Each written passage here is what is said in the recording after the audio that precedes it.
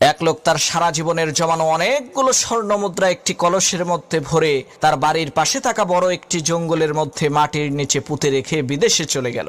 অনেক দিন পর বিদেশ থেকে ফিরে আসার পর সে ওই জায়গাটির কথা ভুলে গেল। তখন সে খুবই চিন্তিত হয়ে পড়ল, কি করবে, কার কাছে যাবে, কিছুই বুঝে উঠতে পারছিল না।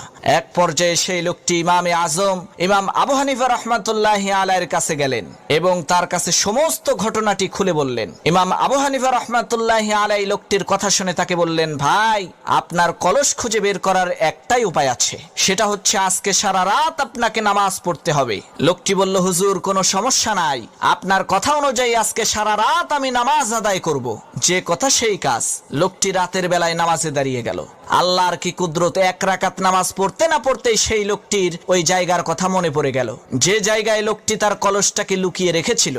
লোকটি কোন রকম করে 2 রাকাত নামাজ শেষ করে একটা কোদাল হাতে